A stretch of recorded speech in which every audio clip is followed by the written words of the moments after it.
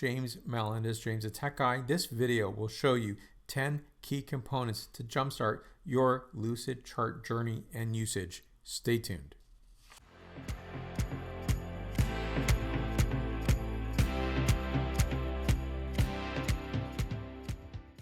Intent of this video is to show you some utilization starters.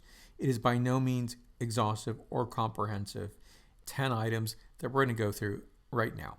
Now, this is my beginning screen before we get started to look at the templates. You can look at your recent documents, documents that are yours again, and you can look at trash, very important to look at, shared with me if you're an enterprise organization that you're sharing Lucidcharts with. And I've started some items here. You can get to template several ways. You can hit this here, or you can go here and hit plus new, and that gets you to Lucidchart, and you can get to the template there, or Lucid Spark. The purpose of this video will be just Lucidchart. We're going to look at these diagrams and templates. We're not going to look at Lucid Spark. Lucid Spark is a collaborative online whiteboard platform. I'm going to encourage you to look at a lot of templates. Open up all the templates you need to look at. There's quite a number of them. They can be very helpful. They can be thought starters on the diagrams you want to be building. Be very conscious of how much you have. You only have 1 gigabyte of space, so go to account settings. Account settings is 1 gigabyte, which is very, very small. I think of Canva as being 4 gigabytes, maybe 5. And then Google is 15. I think for myself, I can't believe that I have 45% utilized of 1 gigabyte. And so at that point, I can go back here. I may need to delete some of the charts. I'm on the monthly individual subscription. Having more space per person, 5 gigabytes, is really not a big ask for a individual subscriber. Now I'm going to see here in documents, this is something I'm very aware of, trash, and I make sure that is completely emptied at all times. Now, number 1, now we're going to go to the creating your Lucidchart by looking at a template. If you feel comfortable, start off with a blank document. In order to glean as well as leverage a lot of things out of this, go to create from template. Now in template, you're going to see all templates. I definitely am going to encourage you to look at all documents, and some of these may not be applicable. There are elements here that you may not be able to utilize, or perhaps you can utilize some of the ideas but leverage that for a particular diagram that you want to create. When I think of Lucidchart, very oriented towards software. One thing I want you to look at is SaaS, software as a service, and we're going to look at the GTM, which is go-to-market function, and we're going to look at framework. This will come up.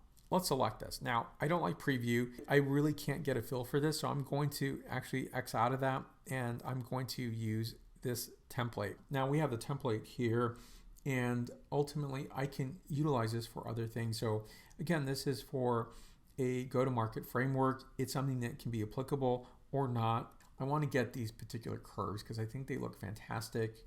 They're going to work well maybe with a future diagram. I'm going to select a new diagram here and input that there. So I'm using a Mac. This is Command V, so same thing, Command C for copy and Command V for paste.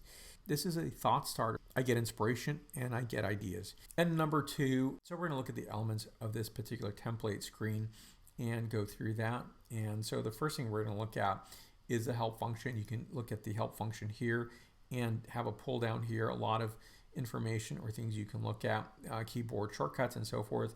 But I'm going to use this more often, which is the binoculars. In the binoculars, I'm going to hit style, so I'm going to enter that in. And just like another product, like a Google or a Microsoft product, it'll show you exactly what you want to look at. So it'll point you in that direction. And that's a great way of learning where that is located. It gives you a shortcut if you need to look at that as well. And you're going to see decreasing or increasing the size of that. You can look at layers and things like that. You can count items here, which I think is a nice thing. So you can look at shapes, how many there are, 58, lines, 23. And so I think it gives you a lot of information, data to think about what you're creating.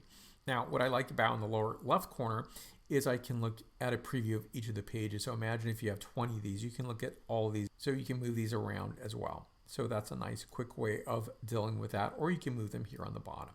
Number 3, we're going to go to document settings. That's in File, go to Settings, and then go to Document Settings. Now you have several items you can do here, which is very helpful. You can look at this in terms of, say, the units, inches, centimeters, pixels, and points.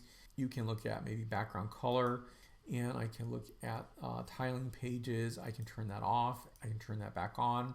Gridding, I can have that on or off. And spell check, I'm not sure why you would turn that off, but you can do that. Commenting is there, and lines is listed as well. Number 4, image manager. And you're going to find this in the same place. You're going to go back to settings, and you're going to see your image manager. This is one of the most powerful items within Lucidchart. So for example, I have all these particular items I want to pull and perhaps utilize in my current Lucidchart. Now, if I didn't have this tool, I'd have to look at each item and remember, maybe I have 50 Lucidcharts. Where was that particular image of, say, this, or a particular image like that? And I'm going to have a hard time finding that. This is a time saver, and I think it's a really nice feature. And number 5, we're going to look at this, which is the shape options. Let's click on that. And so there's several things you can do here. Now we're going to put some shapes onto our chart here. And what I like about this is it has the ability, for example, I can align these up nicely, is I'm going to select several of these. I'm just going to select all of these and then go here to the options, shape options, and I want to round this, right? I want to put maybe 7. And so it looks a lot more professional. I like these angles to be softened a bit. And I'm just going to quickly make a color for each of these. That's easy to do. You see the color option here. And I'm just going to input that there. Shape options, and then hit shadow. So for example, I can say which direction I want that shadow to be in, which color I want that. We're going to make this a green, and so it's 15 pixels. And so it's a bit overpronounced, so you can just bring that down. So that's a lower number. It looks a little more professional, and I like that capability. So that's what you can do for that particular item to sharpen your shapes that you're utilizing. Number 6, fonts. A lot of people think there's not a lot of fonts available, but there is. And the way you get there is you go to the very bottom, manage your fonts, and then you can select maybe based on category. Maybe I want a black letter or maybe calligraphy. So I'm going to select something here. I can get some preview of what that looks like. And so I'm going to double click there if it doesn't generate right away. And maybe some novelties, I can look at that as well. And I can select them. They can be uploaded in terms of something I want to utilize in the future. And perhaps I don't really want to utilize it, so I'll turn it off.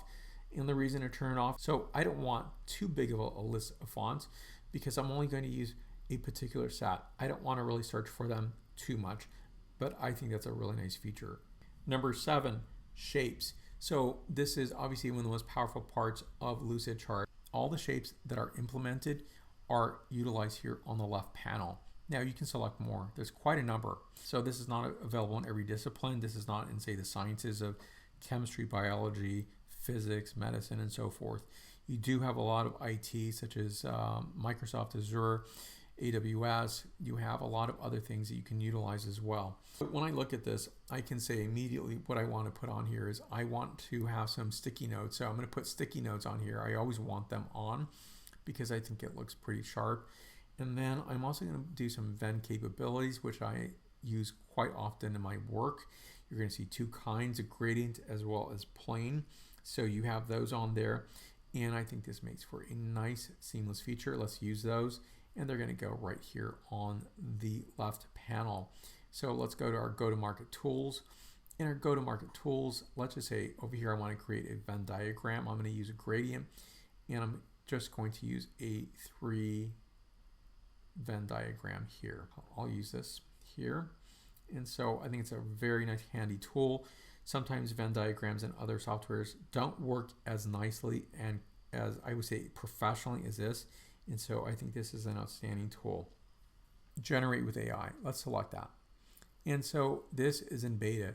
So it will give you somewhat of an output. So if you're in a hurry, it could be a valuable tool. So here I put channel cells. I'm going to put provisioning. And it's going to generate. So I look at this and say, you know, being a channel expert, I'm not sure this is exactly what I had in mind.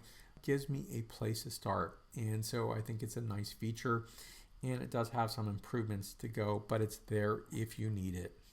Number 9, dynamic shapes. Let's go to the GTM model, go to market model. And we're going to go here and select more shapes. And we're going to select the dynamic shapes. And this is fantastic. So let's use selected shapes. Here what I want to do is I'm going to use a progress pie. Here I'm going to use a donut. And then I'm also going to use the progress bar. I'll put that right here. And each of these have a value, so you can utilize this in terms of making this exactly the number you want. Maybe here we're at 30%. So I'm going to bring that down. Here, let's just say we're at 90%. So let's input in the value section there. Here, I'm going to make this 10%. I can make these colors different. What I want to do here is enter in FE4999. And so that will be selected there. And I can do that across the board and say each of these colors are going to be slightly different. Let's make this orange and let's make this one green. And you could adjust the size accordingly. Now in your individual Lucidchart, you'll see integrations here. You'll see integration here on your home page. So you can see all the integrations that you can utilize with other software. So I have an integration already with Google Slides. So that's already connected. When you connect with Google Slides, it connects with Google Sheets and Workspace and so forth. So that's already placed in your connection for that integration. Ultimately, let me show you what that looks like. Now here I am in a Google test slide. Here is my integration. You can see here for Lucidchart, and it's going to connect. You have to definitely sign in. I'm going to look at browse documents here. I know exactly which Lucidchart I want to utilize. It's this one right here. So I'll select this. I've entered in from Lucidchart this particular diagram into my Google Slides test document. I'm going to be doing more videos on Lucidchart. So please give a like, subscribe to this channel, share this video. I will see you in more video reviews on James the Tech Guy. Thank you again for watching, and I will see you soon. Thank you.